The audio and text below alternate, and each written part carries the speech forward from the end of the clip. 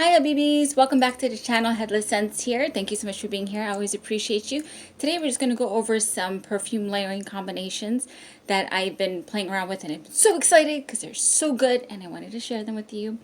So we're just going to hop right into it. We have about 5 layering combinations and I think they're going to be super spring appropriate. Right now here in New York it is still cold-ish. It's like oscillating between cold ish and kind of less cold. It's annoying. But anyway, I'm excited for the warm weather and I feel like these are really going to come alive in that. So we're just going to get into it. Okay. So the first one is with one of my recent purchases I just got from Sephora. This is Kayali. What is the actual name? Yum Pistachio Gelato. And I've been really enjoying this. It is a pistachio, nutty, creamy, yeah, there's hazelnut in there, and there's no almond note in here, but I detect like a creamy almond as well. It's really lovely on its own. I've been enjoying wearing it on its own, but I've also been enjoying layering it. So the first one we have Kayali Yum, and the second one we're going to pair it with is one that I also really enjoy for the spring. It is from the brand Mancera, another brand that I'm obsessed with. It is called Melody of the Sun, right here. And this one is another creamy perfume. None of the notes are in common. Nevertheless, to my nose and on my skin when I tested it, it just blends amazingly together. Again, this has no pistachio notes, this has no almond notes, no hazelnut, no rum. I mean, this doesn't have almond either, but this has no nut notes. This is osmanthus. There's opening of like citrus. There's also a green tea note in here, and I believe there's something called mate. I hope I'm not mispronouncing that. Mat or mate. It's like this bitterish green note, but on my skin, it is citrusy, but it's also creamy. And these two should not work together, but they do on my skin.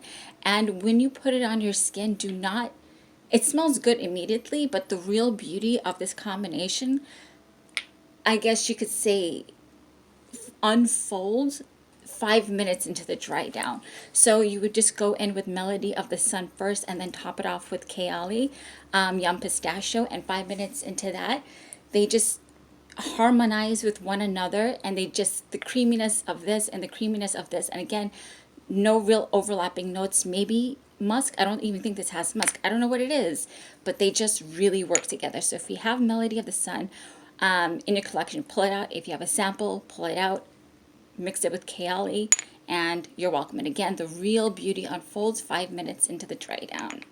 So that's the first combination. Oh, wait, in the second combination, we're going to need this too. So again, for the second combination, it's an easy combination that I just, to me, kind of a no-brainer. Nothing fancy here. So we start off with Mancera Melody of the Sun. And if you've watched my New York perfume tray, the perfumes that I brought down to New York, I also brought Elizabeth Arden Green Tea Pomegranate. It's like a EDT. It doesn't last long, obviously. It's Elizabeth Arden, but it's a beautiful, fruity, uplifting, happy morning scent. And to me, this Melody of the Sun, aside from the poetic name, really is a bright, happy, mood uplifting scent to me. So you just go in with the base of this, and you top it off with green tea pomegranate. And surprisingly, there are a lot of notes that are overlapping with this. I did not know it right away. I just kind of went with my nose. And then when I looked up the notes, I was actually taken aback by how similar the notes are. This is fruity, but if you take away the fruit notes, like if you take away the pomegranate and you take away the berry note, this has a mate note. Again, I hope I'm not pronouncing this wrong. Mate/mate, which is that bitterish green, like bitterish tea note in here. In addition to the green tea note, which this has a tea note as well, this has mate. Mind blown. Did not realize that. So this has mate, this has mate, matte, whatever. They both have a tea note. They both have musk. They both have like citruses note in there as well. And they just enhance one another. In addition to not only enhancing one another, this also has a berry note which further uplifts this and makes it happier. That pomegranate note, that tangy note in there goes with the tanginess of the lemon in here. And the creaminess of the musk in here goes really, really well with this together. So you start with Mancera and green tea pomegranate by Elizabeth Arden, and you're welcome. Very happy, uplifting scent. And you'll notice for these combinations, they're not really thorough as they usually are with the lotions and stuff, because in New York, I only have my CeraVe lotion. I didn't really bring too many flavored or scented lotions, so I'm just using my CeraVe, so that's the reason for that. Okay, so the next one up that I've really been enjoying, and I get a lot of compliments on so far, and here's another purchase that I have from New York. It's the Valentino Donna Born in Roma. So here's the story with this one. I smelled this in Sephora years ago. I smelled it out of the bottle, did not put it on my skin, wasn't impressed. Went into Sephora with my grandmother's sister shopping. Was not intending to buy this at all. I went in there because Donna Born in Roma Intense, yeah, that's the one. The one that's just currently released. The ads just keep popping up everywhere. So I decided to go and check it out and buy it for my grandmother's sister. I was going to buy it for her. Then something made me pick this up. The original Donna Born in Roma. So while she was smelling that, I picked this up. I put it on the tester. I was like, oh yeah, it's pretty, okay. Again, unimpressed. And then I put it on my skin. And then I put it on my skin. And it was a different situation. Habibi, listen to me very closely. If you were like me and you were saying, oh, it's pretty, blah, blah, blah, everybody smells like that, listen to me. Go in the store and put it on your skin. Or get a tester and put it on your skin. And it's going to be a completely different situation. It is sweet. It is floral. It is head turning.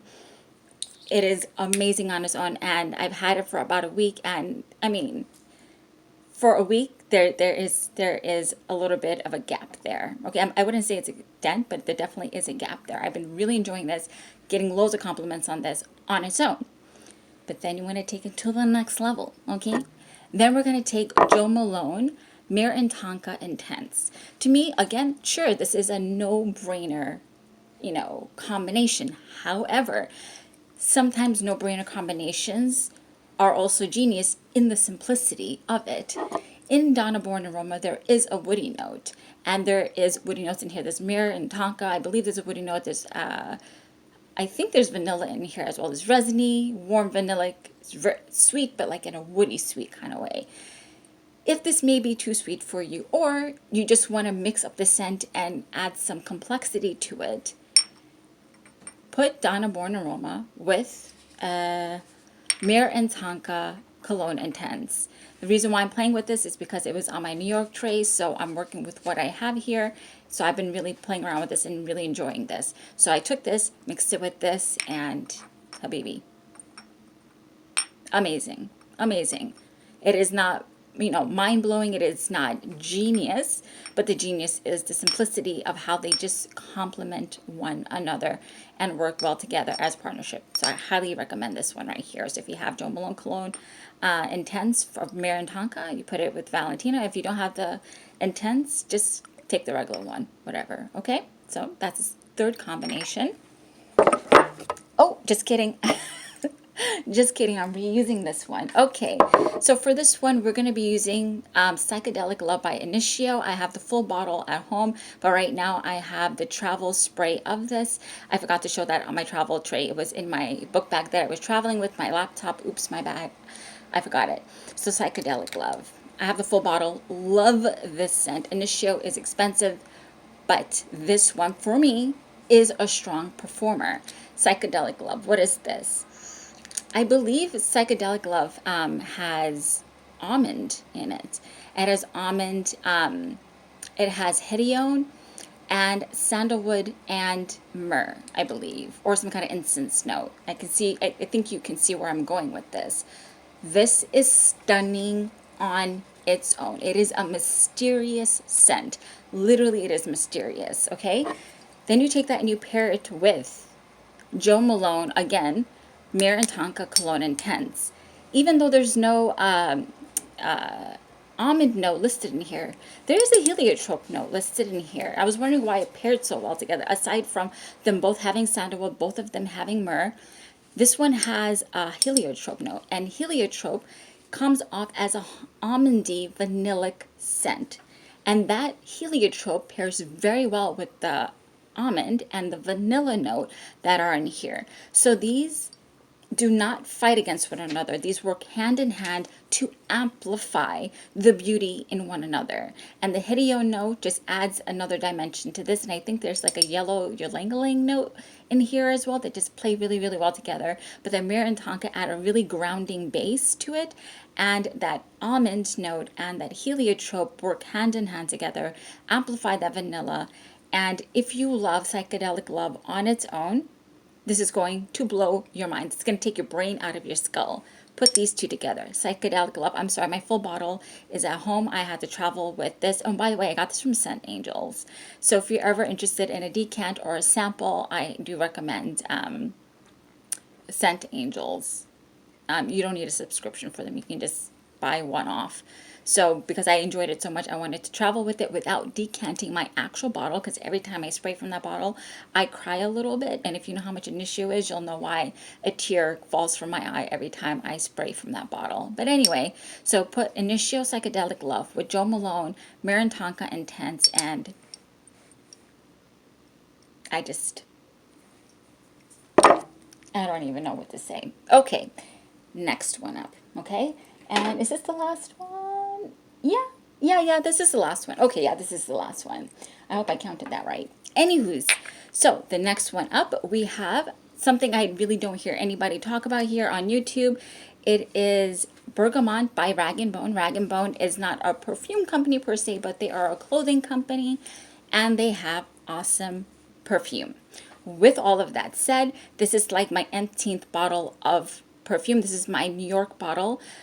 This was not the one in my empties video from my home. No, this is the one that I had here in New York, and I'm finishing it up. As you can see, there is maybe one use left here. This is a dry bergamot scent, and it is $150 for a 50 ml. Again, I mentioned in my perfume travel tray video that Scentbird now has this available.